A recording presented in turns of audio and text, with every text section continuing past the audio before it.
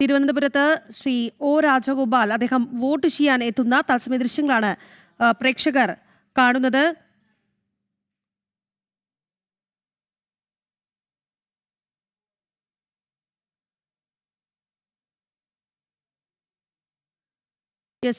തിരുവനന്തപുരത്ത് മുതിർന്ന BJP നേതാവ് മുൻ MLA ശ്രീ ഒ രാജഗോപാൽ വോട്ട് ചെയ്യാനെത്തുന്ന ദൃശ്യങ്ങളാണ് പ്രേക്ഷകർ കാണുന്നത്. തിരുവനന്തപുരത്ത് നിന്നുള്ള ദൃശ്യങ്ങൾ. ജവഹർ നഗർ സ്കൂളിലാണ് അദ്ദേഹം വോട്ട് ചെയ്യാൻ എത്തിയിരിക്കുന്നത്.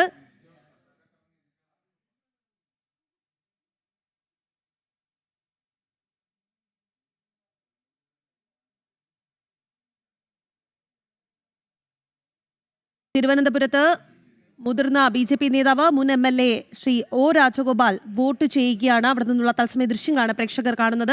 ശാലിനിയിലേക്ക് പോവുകയാണ്. ശാലിനി, ഞാൻ മനസ്സിലാക്കുന്നത് ജവഹർ നഗർ സ്കൂളിലാണ് അദ്ദേഹം വോട്ട് ചെയ്യുന്നത്, അല്ലേ?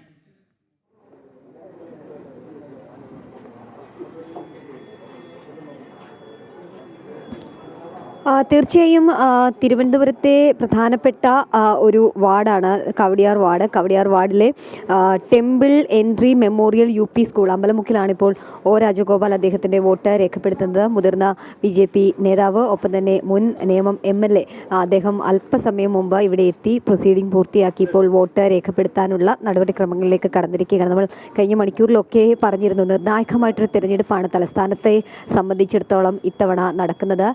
പ്രത്യേകിച്ച് നിയമസഭാ തെരഞ്ഞെടുപ്പ് അടുത്തിരിക്കുന്നു. കൂടാതെ തന്നെ തദ്ദേശ തെരഞ്ഞെടുപ്പ് അതിൻ്റെ നിർണായകമായിട്ടുള്ള വിധി തിരുവനന്തപുരം മുതൽ എറണാകുളം വരെയുള്ള ജില്ലകളിൽ വിധി എഴുതിക്കൊണ്ടിരിക്കുകയാണ്. തിരുവനന്തപുരം നഗരസഭയെ സംബന്ധിച്ച് നോക്കുകയാണെങ്കിൽ 35 സീറ്റുകളാണ് നിലവിൽ BJPക്കുള്ളത്. അത് ഉയർത്തിക്കൊണ്ട് ഭരണം ഇത്തവണ BJPക്ക് നേടണം എന്നുള്ള ആവേശത്തോടു കൂടിയാണ് കഴിഞ്ഞ 30 ദിവസങ്ങളായി പ്രചരണവും പ്രവർത്തനവും ഒക്കെ NDAയുടെ ക്യാമ്പുകൾ നടത്തിയത്. അതിൽ ശുഭാപ്തി വിശ്വാസം അവർക്ക് ഉണ്ടും താനും. ഇപ്പോൾ കവടിയാറിലെ NDAയുടെ സ്ഥാനാർത്ഥി മധുസൂദനൻ നായർ, അദ്ദേഹത്തിന് വോട്ട് രേഖപ്പെടുത്താൻ തന്നെയാണ് BJPയുടെ മുൻ MLA കൂടിയാണ്, അതായത് നേമത്തെ MLA കൂടിയാണ്, മുതിർന്ന BJPയുടെ നേതാവാണ്.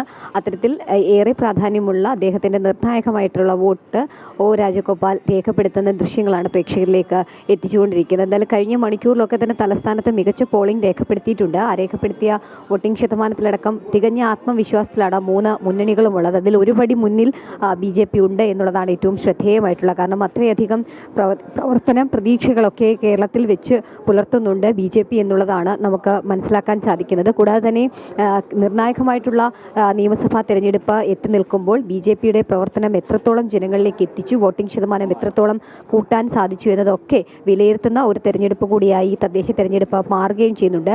100 വാർഡുകളിൽ നിന്ന് അപ്പുറം 101 വാർഡിലേക്ക് വാർഡ് പുനഃക്രമീകരണം ഒക്കെ നടന്നതിന് ശേഷമുള്ള ആദ്യ തെരഞ്ഞെടുപ്പാണ്.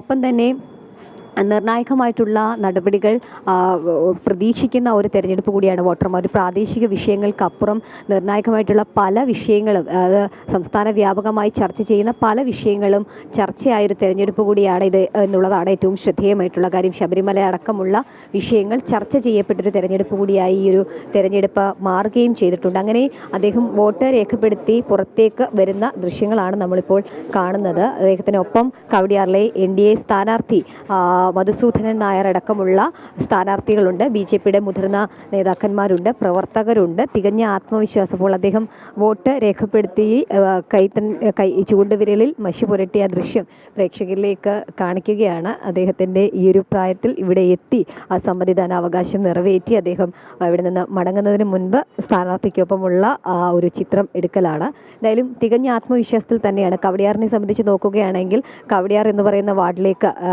ഇവിടെ എത്തിയത് മുൻ കൗൺസിലറാണ് മധുസൂദനൻ നായർ NDA. ഒപ്പം തന്നെ ഇവിടെ മത്സരിക്കുന്ന UDF സ്ഥാനാർത്ഥി ശബരിനാഥാണ്. ഒപ്പം തന്നെ CPM തികഞ്ഞ ആത്മവിശ്വാസം പങ്കുവയ്ക്കുകയും ചെയ്യുന്നുണ്ട്. ആയിരിക്കും കവടിയാറിൽ വാഴാൻ പോകുന്നത് എന്നുള്ളത് വിധി എഴുതിക്കൊണ്ടിരിക്കുകയാണ് കവടിയാറിൻ്റെ മനസ്സ്, കവടിയാറിലെ വോട്ടർമാർ എന്നുള്ളതാണ്. നമുക്ക് ഈ മണിക്കൂറിൽ രാവിലെയൊക്കെ ഒരു ചൂടിനൊരു ആശ്വാസം ഉണ്ടായിരുന്നു. ഇപ്പോൾ ചൂട് കൂടിയിരിക്കുകയാണ്. അതുകൊണ്ട് തന്നെ പല പോളിംഗ് സ്റ്റേഷനുകളിലും വോട്ടർമാരുടെ എണ്ണത്തിൽ ചെറിയ കുറവ് വന്നിട്ടുണ്ട് എന്നുള്ളതാണ്. 20, 25, 30 പേർക്കൊക്കെയാണ് ഒരു ക്യൂ ഇപ്പോൾ ഈ കവടിയാറിലെ പോളിംഗ് സ്റ്റേഷനിൽ ഉള്ളത്. ഇപ്പോൾ എന്തായാലും അദ്ദേഹം തിരികെ അദ്ദേഹത്തിൻ്റെ ഫ്ലാറ്റിലേക്ക് മടങ്ങുകയും ചെയ്യുകയാണ്.